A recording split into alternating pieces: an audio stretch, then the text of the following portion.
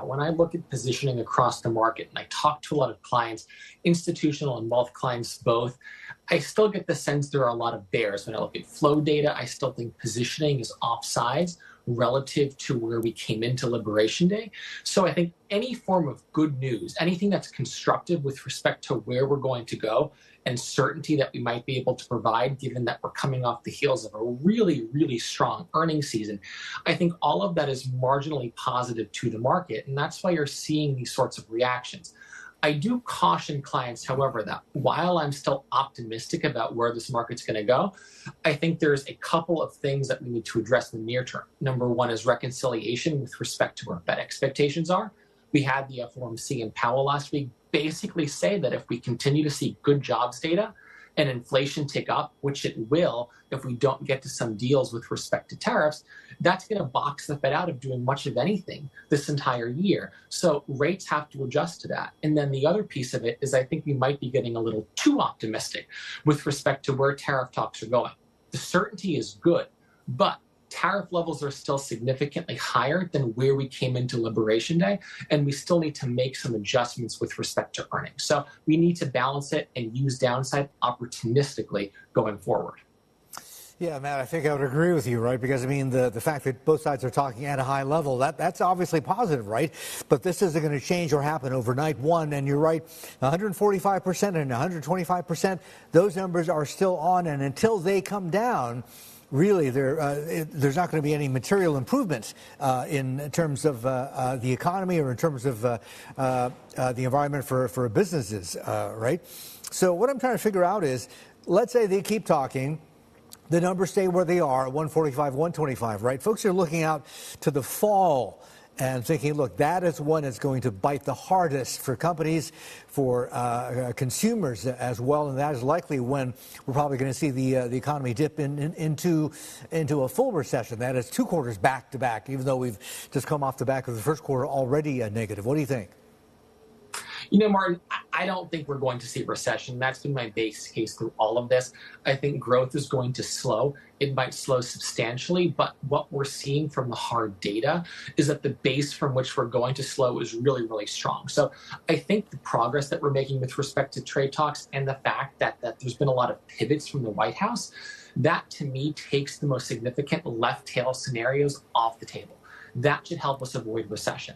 The question is how much damage ends up being done in the near to medium term, call it 6 months to 18 months, with respect to CapEx projects that companies are going to be embarking upon. That's going to flow downstream into the market. What I'm really encouraged about and what I'm telling clients is a good part of the market to find opportunities, it's in AI and a lot of the AI adjacent trades. You've had a lot of these stocks that were taken off anywhere from 30 to 50% after DeepSeek. And what we're seeing is earnings resiliency. We're seeing that these long-term, durable, secular growth themes are here. They're here to stay. They're insulated from tariffs, and these companies are posting fantastic margins. So that's a good place to hide out, even as we're trying to resolve some of this tariff uncertainty. Matt, I got to ask you here, Europe, for China, now that we've got a trade embargo on, for all intents and purposes, right? We're going to take a look at the next best thing, which is the EU, which is huge, right? And they're embarking on fiscal expansion, long overdue. Maybe you could argue that, and that's probably going to be a good thing, good for growth, although maybe not so much for debt. And then you've got China looking very opportunistically at the EU, and a lot of the goods that end up there are going to drive down prices. Whether it gets to flooding, dumping, I don't know. But I think European consumers, at least, are going to be a little bit happier.